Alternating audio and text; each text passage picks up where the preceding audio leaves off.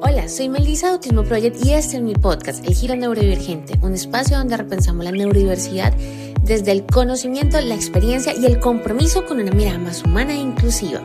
Cada episodio es una invitación a girar la perspectiva y abrir la mente sin clichés ni diagnósticos vacíos.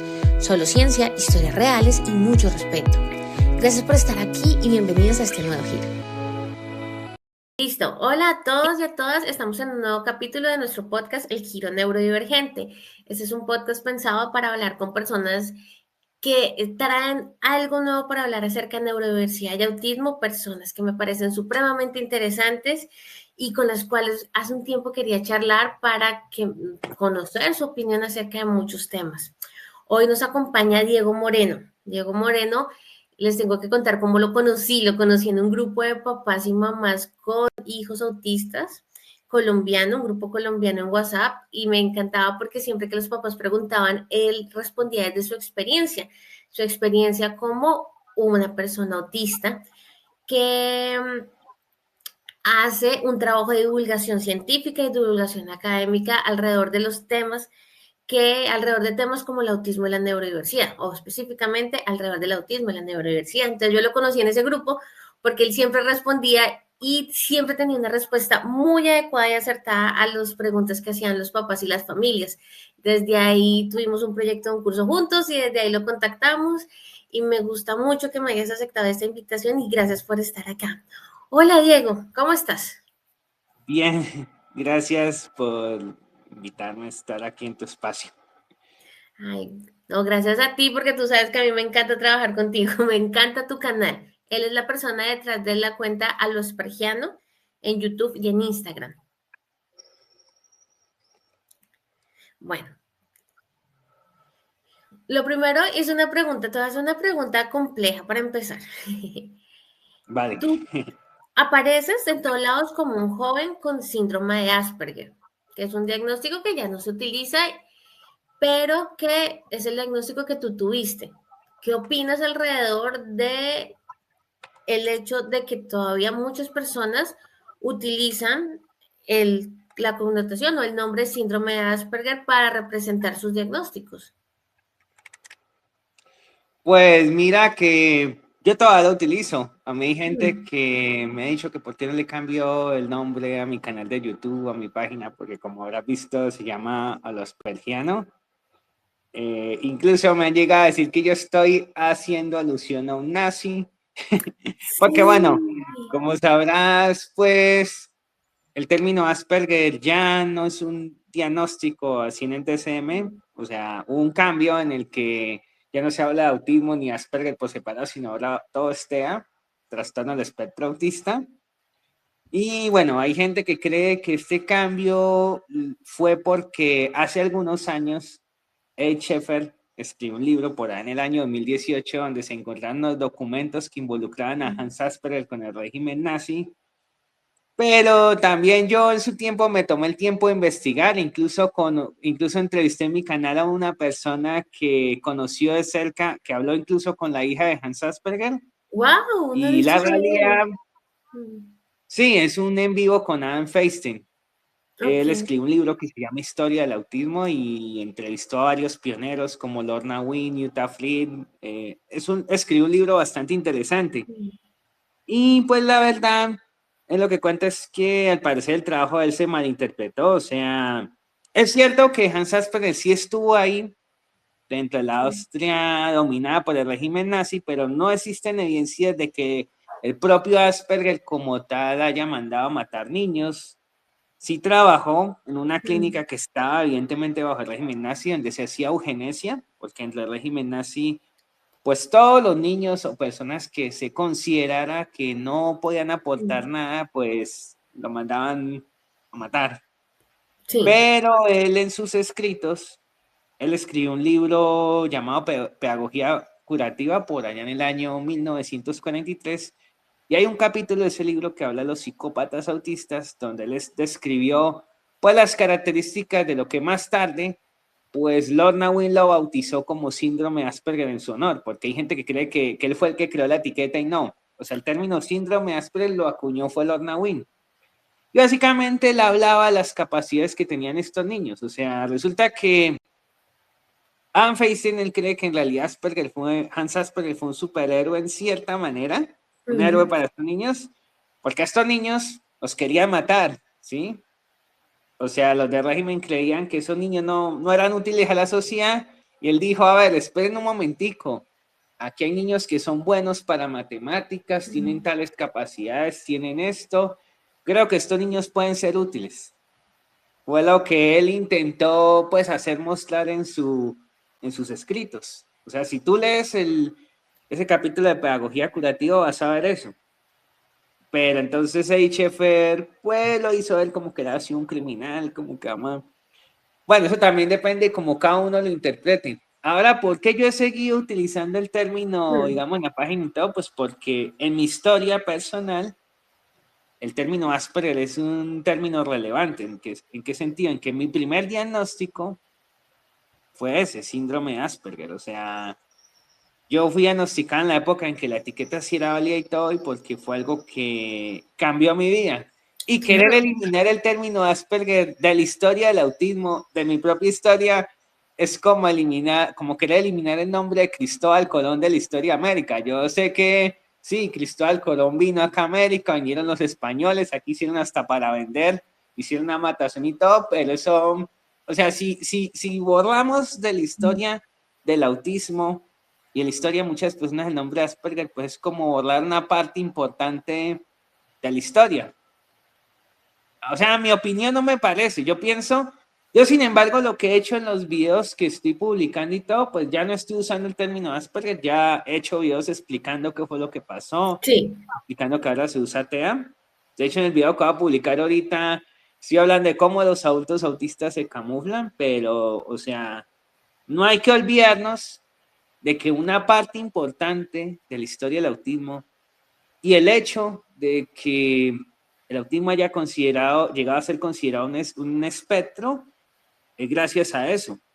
Porque la misma investigadora, o sea, la misma persona que acuñó el término Asperger, fue también la misma persona en hablar de espectro De autista. O sea, espectro, esta persona... Sí.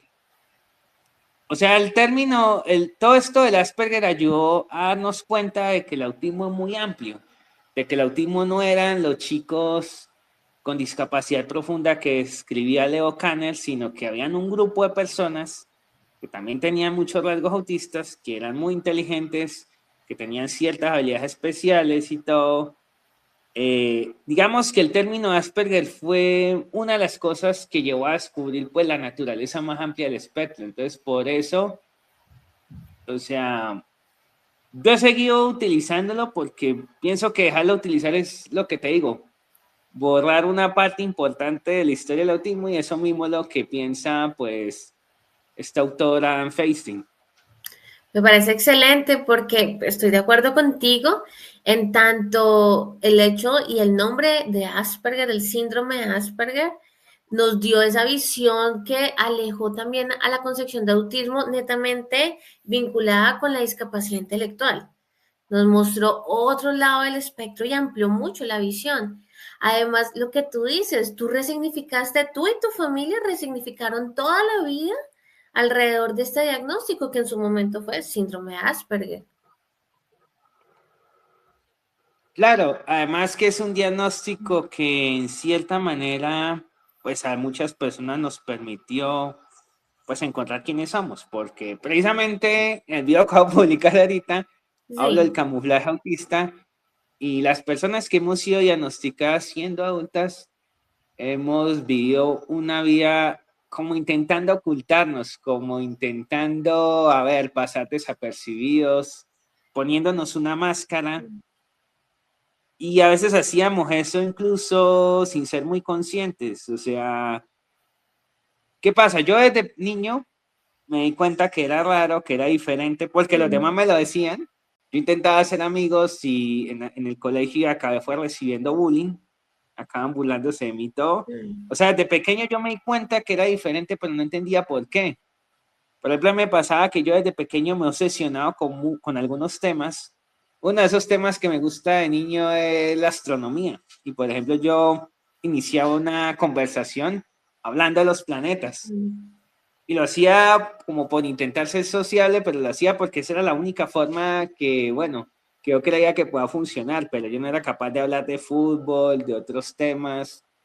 O sea, tenía varias particularidades que durante años no supe a qué se debían. Por ejemplo, yo era muy reacio a usar ropa de ciertos tipos de tela, tenía problemas con los alimentos, había muchos alimentos que no comía. Las personas pensaban que yo era caprichoso simplemente, o que simplemente que yo era malcriado porque no me comía lo que me daban también. O sea, cuando tú no tienes un nombre, cuando tú no tienes un diagnóstico, esas particularidades la gente las puede malinterpretar. Pueden pensar que eres una persona maleducada, grosera, caprichosa, o que digamos, si tú estás en un ambiente muy ruidoso y tú ya no soportas estar ahí, quieres irte, entonces pueden pensar que hasta tú eres un aguafiestas, incluso. Sí, claro. Y fíjate que incluso hoy a día de hoy todavía tengo esos problemas con esas cosas. Y, o sea, lo que me di cuenta con los años es que el autismo es una condición invisible. Porque tú ves a la persona, pero no es una condición, por ejemplo, como el síndrome de Down o como, digamos, ciertas discapacidades que, por ejemplo, la gente ve en la calle a una persona en silla de ruedas y ya más o menos la gente se imagina qué barreras, qué problemas puede tener la persona con el autismo. No. El autismo tú es una persona que en apariencia se ve normal, pero tú no sabes qué está pasando en la mente de esa persona. Entonces, una de las cosas que me he encontrado es que divulgar sobre autismo es complicado porque más que decir, miren, este es el autismo, ahí está, hay que visibilizar esas particularidades. Y esas particularidades que no se ven fácilmente y que si no se ven, pues entonces la gente nos va pues, a malinterpretar o nos va a hacer a un lado, porque también eso pasa, que digamos, si tú empiezas a participar en un grupo social, pero al poco tiempo la gente percibe que eres raro, pues la gente te va a apartar, te va a hacer a un lado. Porque me ha pasado eso frecuentemente. Y Lastimosamente las personas todavía no comprenden y tienen un solo modelo de cómo nos debemos comportar. Las personas son muy reacias de asimilar que hay muchas formas de comportarse, de pensar y de hablar. así es. ¿Qué experiencia tienes con el hecho de cómo responden las personas cuando tú dices que tienes el diagnóstico de síndrome de Asperger o que eres una persona autista? Pues mira que yo cuando recibí el diagnóstico, al principio yo lo que hice fue contárselo a varias personas que yo consideraba que eran mis amigos. Voy a poner mis amigos entre comillas, porque Sí. en realidad eran compañeros de universidad, pues con los que, digamos, me llevaba bien en términos de que nos saludamos, de pronto me decían, hola Diego, ¿cómo estás? Pero eran relaciones que se limitaban únicamente al ámbito de la universidad, nada más. No eran amigos así con los que tú digas, voy a ir un día a cine, vamos a ir a la piscina, no. O sea, este tipo de amigos para mí ha sido muy difícil tenerlos. Y yo, como estas personas me hablaban y había cierta simpatía, pues yo les conté. Y lo que pasó con varios de ellos es que varios me dejaron de hablar, varios me dijeron, ay Diego, no saques excusas, tú lo único que eres es una persona muy tímida, tú lo que necesitas es socializar más, salir más, deja de encerrarte en tu propio mundo. Y cuando yo les conté pues lo que había intentado hacer, bueno, porque ¿qué pasa? Mi hermano, antes de casarse, tener su esposa, mi hermano vivía acá. Y mi hermano es en muchos aspectos lo contrario a mí. Mi hermano es una persona, yo diría que mi hermano es lo que yo llamaría un neurotípico extremo. ¿Por qué? Porque mi hermano es muy Ok. amiguero, mi hermano Súper era de los que extrovertido. invitaba a los... Sí. Sí, es en muchos casos lo contrario a mí y eso fue algo que en mí remarcó la diferencia. ¿Y yo qué pasaba? Yo cuando mi hermano invitaba a sus amigas, a sus amigos, yo intentaba socializar, yo intenté pues como unirme y todo, pero no lo conseguía. O sea, siempre acababa o hablando de mis temas de interés o diciendo algo inapropiado. Eh, siempre acababa solo. Y como que estas personas no podían entender eso, o sea, pensaban que todo eran excusas, pero sí hubo alguna que otra persona que sí me quiso escuchar, que sí quiso que le explicara con más profundidad de qué iba a eso. Mi propio hermano, por ejemplo, al principio él fue un poco escéptico, pero un día me pidió que le mostrara más de cómo era eso. Y bueno, mi hermano fue una de las primeras personas en entenderme. Luego mi hermana, mi mamá. Bueno, que mi mamá desde niño ya sabía que yo era raro, también. Porque también pasa que, digamos, tú te puedes acostumbrar a vivir con todo esto, puedes hasta cierto punto ocultarlo. Digo hasta cierto punto porque lo demás que no siempre funciona. A veces nosotros intentamos aplicar las reglas sociales, pero la podemos aplicar de forma literal en un contexto que no es el apropiado y embarrarlas todavía más. Sí, a veces se puede De hecho, presentar tengo esos, varias anécdotas. Dime. que a veces se puede presentar eso, que se busca tomar la regla social de manera literal y se lleva a que haya confusiones. Sí, claro. Hay muchas anécdotas que yo puedo contar de ese tipo de confusiones. Ok, ¿nos quieres contar alguna? Pues mira, algo que pasó hace poco es que en Mm. diciembre hubo una salida astronómica con el Centro Halley de acá de la UIS. Bueno, la idea era ir a un lugar oscuro para mirar el cielo porque aquí en plena ciudad el cielo es muy contaminado. Ay, se fue la llamada. Diego, ¿estás ahí? 6:28. Diego, se cortó.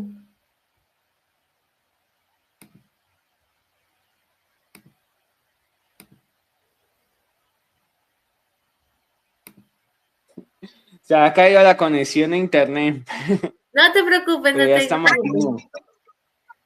Bueno, te decía que, bueno, crearon un grupo de WhatsApp Mm. para los interesados en el tema y todo, y la gente empezó pues a hacer preguntas, qué tipo de telescopio van a comprar y todo. Yo me puse a responderles y todo. Y pues a mí me pasa una cosa, que cuando me apasiona hablar de un tema, yo puedo literalmente hablar mucho de ese tema. Bueno, prueba de eso es que tengo mi canal de autismo y ya hay más de 500 videos y llevo 10 años haciendo únicamente contenido de autismo. Hay gente que me pregunta que si nunca me aburro y la verdad es que no, siempre me ocurre algún tema interesante para hablar. Pero bueno, así me pasa también con el tema de la astronomía. Y yo me puse a explicarles, digamos, cuál tipo de telescopio era mejor para esto y todo. Y llegó un punto en que el administrador del grupo me dijo que yo estaba saturando el grupo y yo, pues, no entendía, o sea, quedé confundido, pero yo Sí. decía, ¿pero por qué? Si la gente que está aquí se supone que le interesa el tema. Mm.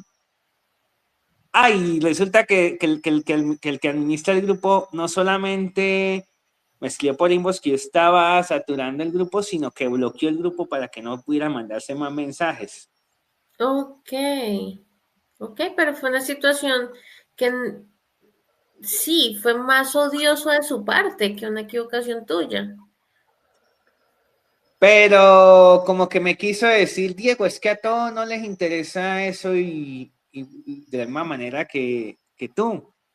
Entonces Ujú. yo pues estaba confundido porque por un lado no entendía por qué me decía eso, pero entonces yo Sí, soy una persona que cuando yo cometo un error social, cuando alguien me dice una de las cosas, de esas cosas, yo intento averiguar qué hice mal, en qué me equivoqué, siempre me hago la pregunta.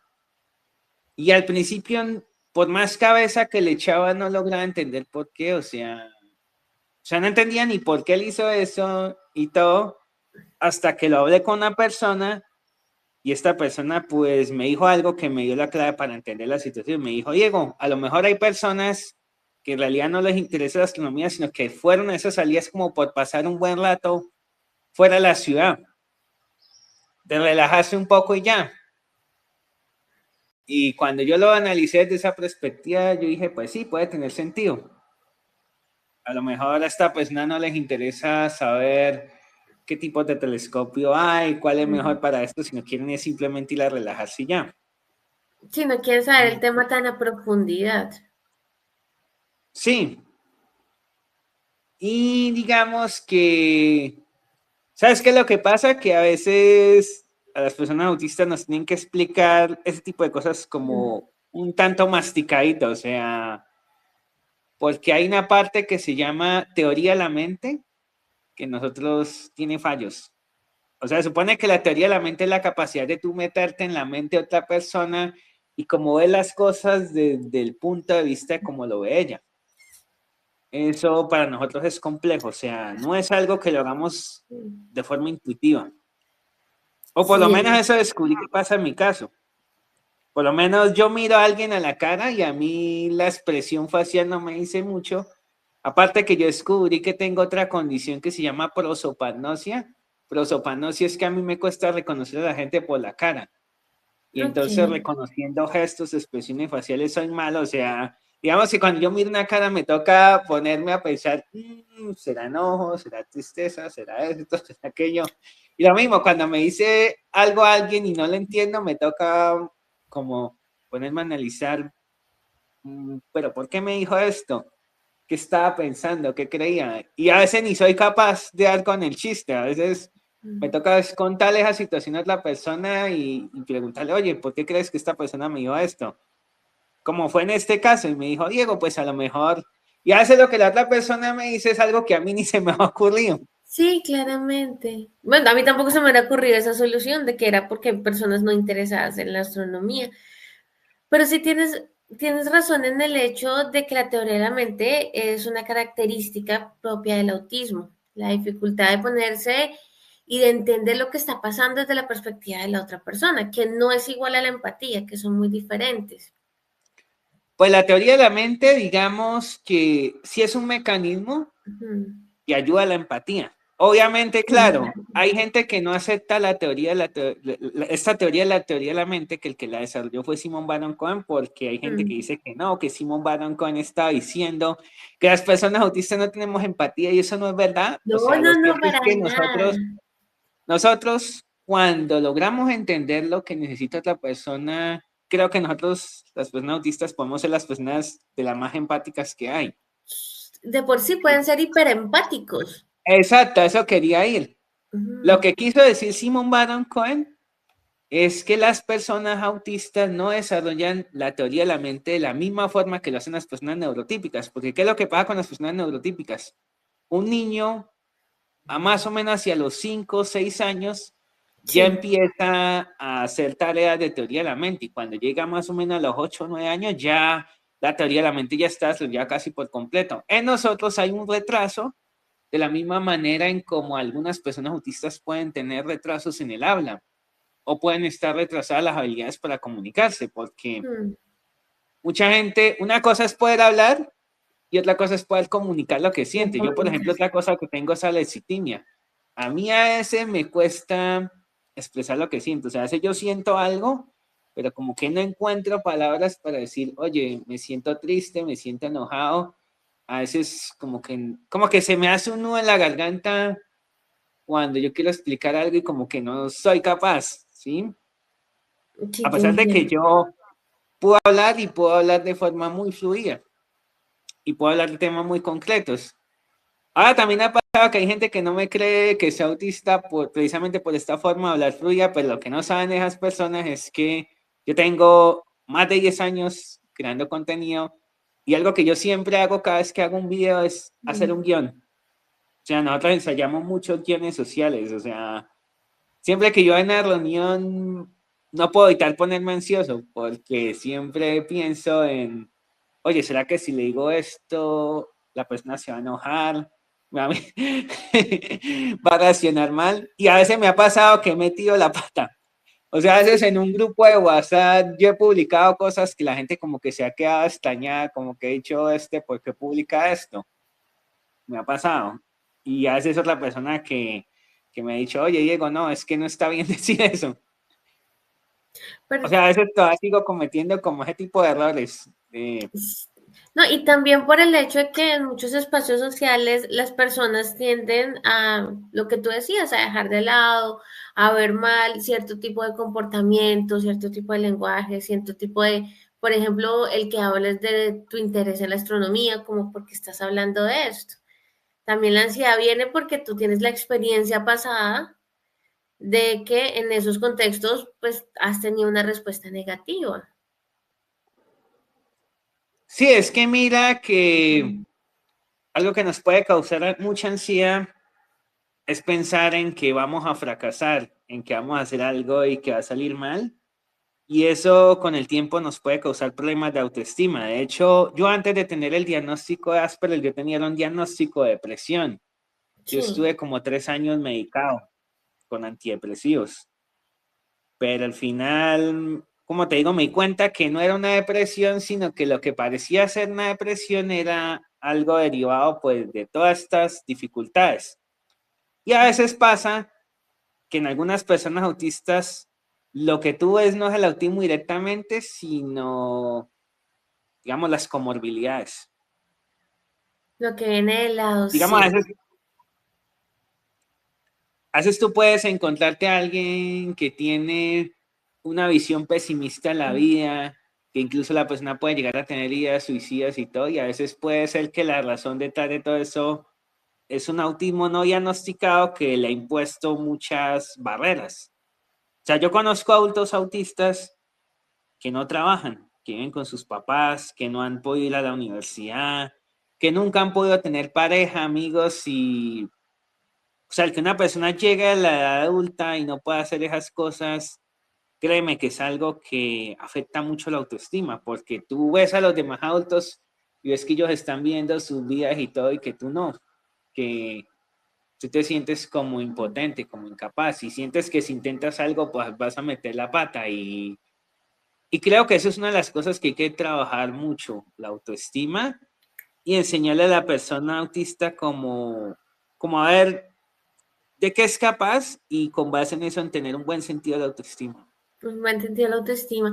Y ahorita dices adultos autistas, es que hasta hace muy poquito empezamos a hablar de adultos autistas, porque el autismo parecía que se quedaba en los niños y los niños nunca crecían o se desaparecía de un momento a otro.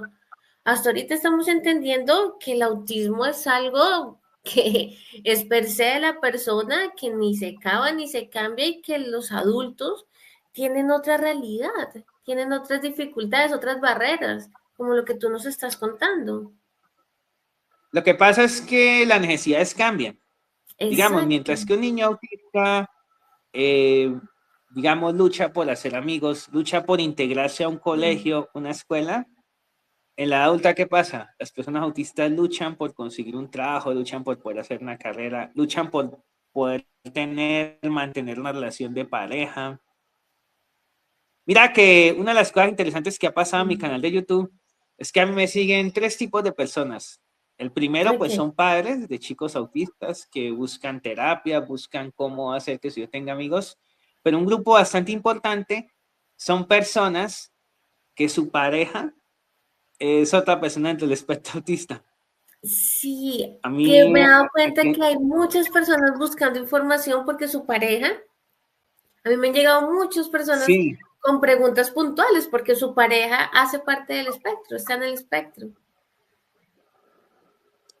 sí, o sea, aquí a mi canal han llegado Sí. personas, digamos, desesperadas diciendo, mira, Diego, es que yo no entiendo a mi marido llega al trabajo, se mete al computador, no habla conmigo, casi no es cariñoso, o sea, han llegado personas contándome historias de esas, o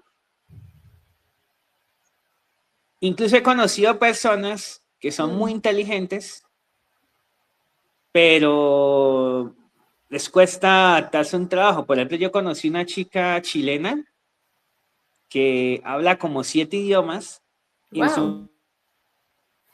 se cayó esto de nuevo. No te preocupes, quedamos en que conoces a una chica chilena que hablaba 7 idiomas. Esta chica había Mm. intentado trabajar en una aerolínea, pero no soportaba, por ejemplo, utilizar el uniforme que le tocaba usar allá, que ponerse una corbata, todo eso. Intentó ser guía turista en el lugar donde vive en Chile, pero tampoco tuvo mucho éxito. Además que como no era una persona que tuviera formación profesional en turismo, Mm. por eso la discriminaron.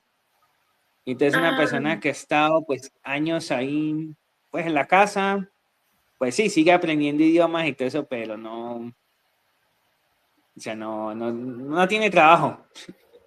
es que el mundo laboral es totalmente complejo y salvaje y está cero Sí, adaptado.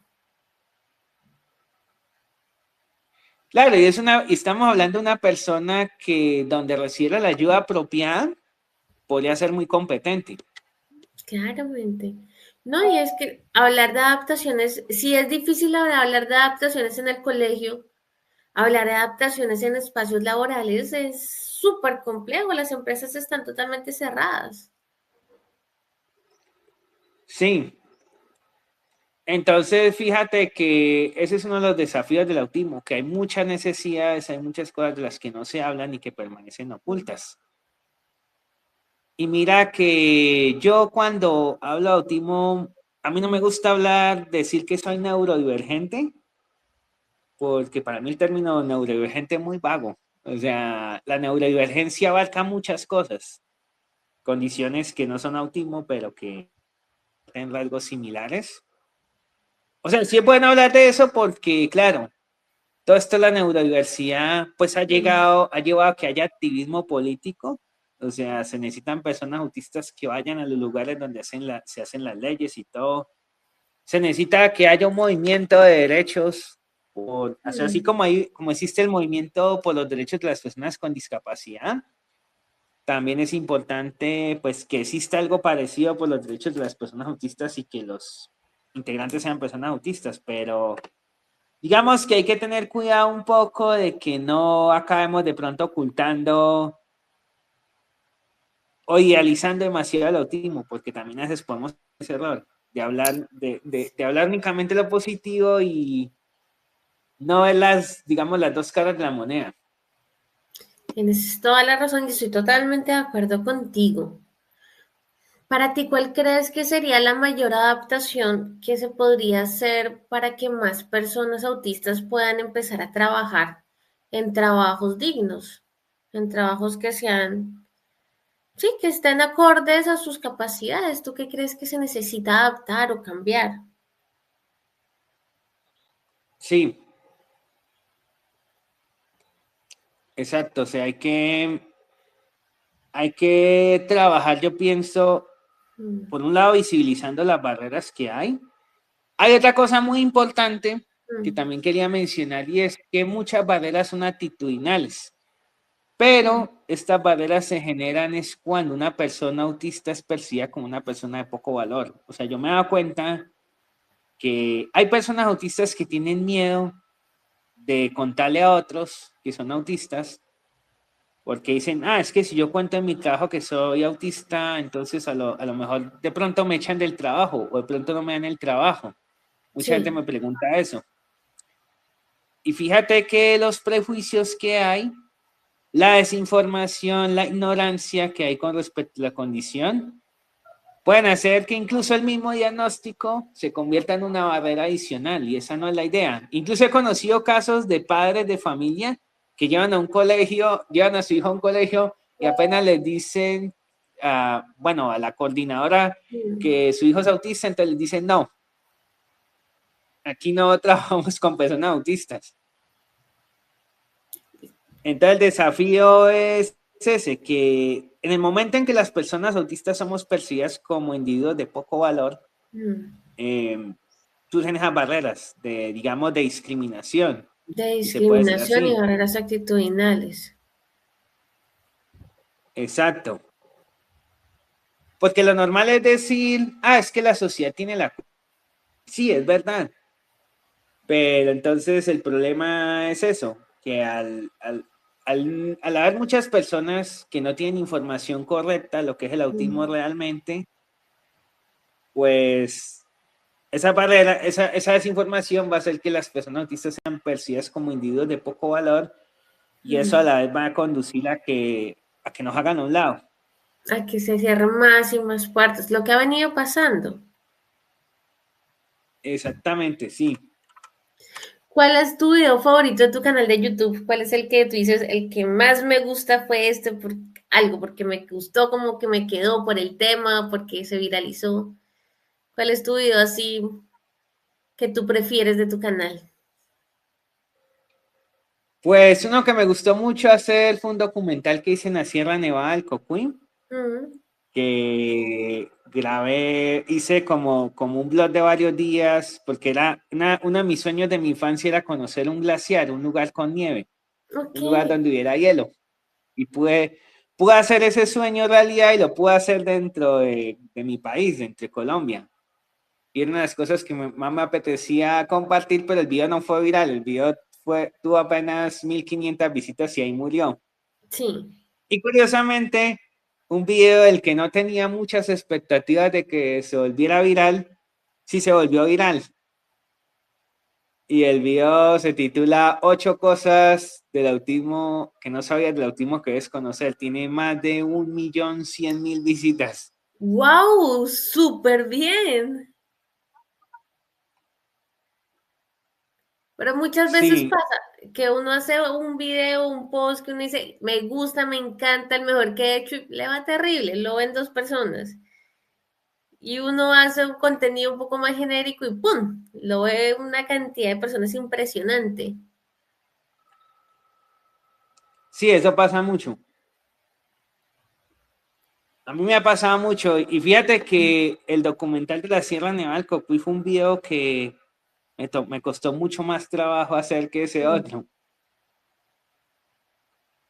Porque a mí, bueno, yo hago ahorita estoy haciendo 2 tipos de video. Uno son Mm, los videos en formato corto, los Reels Shorts. sí, Esos videos son relativamente fáciles de hacer, pero por ejemplo un video como el que yo publico una vez por semana, como este que voy a publicar hoy, puede tomarme hasta 20 horas de trabajo, porque es investigar un tema, hacer un guión, grabarlo, editarlo. Es un video que dura casi 20 minutos, pero donde yo explico un tema a profundidad. y tú tienes muy buena La, edición, tus videos tienen muy buena edición. La verdad te cuento una cosa, a mí los Mm. videos cortos no me gustan porque es que uno en un minuto, la explicación que uno alcanza a darle un tema muy superficial. Sí, te entiendo, a mí tampoco me gusta.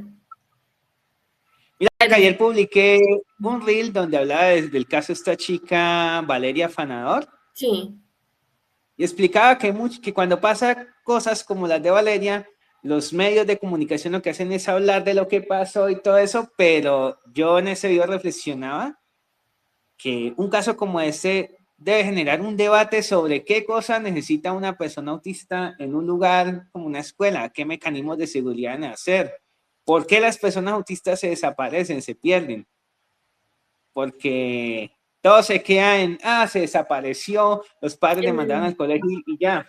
en el morbo, lo que pasa es que se queda en el morbo y Sí, no en la reflexión profunda. o sea, yo decía, de un caso como el de Valeria, ese caso debe enseñarnos algo para que ese tipo de cosas no se vuelvan a repetir. Y yo hice un video en el canal donde yo explico a profundidad las 15 razones por las que una persona autista sí se puede desaparecer, perderse y doy consejos. Pero entonces fíjate lo que pasó, una persona que vio el reel y dijo, ay, no, no dijiste nada. Y yo le dije, pero es que a ver, un minuto es muy poco tiempo para Sí, decir algo profundo. y Entonces, hay, sí, fíjate que crear contenido en YouTube ahorita está siendo un desafío porque la gente está prefiriendo estos videos de formato corto a los largos. Y ahorita mismo estoy teniendo problemas en mi canal para que los videos largos tengan vistas. es complejo, te entiendo. La gente quiere 2 minutos y saber por qué, que en 2 minutos te expliquen la teoría de la relatividad, que es el autismo, y 3 recetas para hacer pan, todo en 2 minutos. Sí, Y tienen que ser divertidos y y tienen, ay, sí, sí, es súper cansado, te entiendo. Listo, o Diego. sea, ahorita, Sí. Dime. ahorita para que los videos largos tengan visitas hay que usar un gancho bien fuerte o si no, la gente se va. La gente se va, si tienes razón. Bueno, Diego, muchísimas gracias por esta entrevista. Me encantó hablar contigo. Me encanta tu trabajo, tus videos, tu canal. desde que lo conozco, lo sigo y sobre todo te admiro mucho. Uno, lo preciso que eres para explicar, porque tú siempre te basas en evidencias. Y dos, tu nivel de edición. Tus videos son impecables. Eso intento hacer. Sí, sí, se nota y se nota todo el Sí. esfuerzo que le pones. Muchas gracias. Si la gente te quiere buscar, quiere conocer dónde encontrarte, ¿cómo te puede encontrar en YouTube y en Instagram, Diego? Estoy como a los Aspergiano en YouTube, en Facebook, en Instagram, en X, en Entonces, TikTok también, en Threads. O sea, ahorita estoy publicando contenido para todas esas redes. O sea, donde más tengo seguidores es en Facebook y en YouTube. Claro. y si la gente quiere conocer un poco más de tu interés por la fotografía, ¿hay alguna forma que te contacte por la fotografía astronómica o por los documentales como el del Nevado? Bueno, ahorita me creé un perfil Mm. donde en una página llamada Telescopios, donde estoy tomando todas las fotos que estoy sacando de galaxias, nebulosas, de todo eso, pues porque, o sea, una de las cosas que me propuse hace algunos años era que si lograba con un telescopio fotografiar ese tipo de cosas, pues que iba para compartir esas fotos y afortunadamente pues lo pude hacer. Incluso estoy pensando en iniciar un canal de YouTube hablando de cómo hago esas cosas. Sí. Inícialo, te va a O ir muy sea, bien porque eres muy bueno. la idea mía no es hablar del universo, sino mostrar cómo puede la gente viajar a esos lugares. Me encanta. Ábrelo, ábrelo porque te va a ir muy bien. Te va a ir muy bien. Tus fotos son muy buenas y muy poca gente habla de esto. Bueno, Es que Diego. mira que es un problema similar al autismo. Hay muchas cosas allá interesantes en el cielo que no se ven, que Mm. permanecen invisibles y que digamos, cuando tomo una foto de esas, uno lo que está haciendo es literalmente.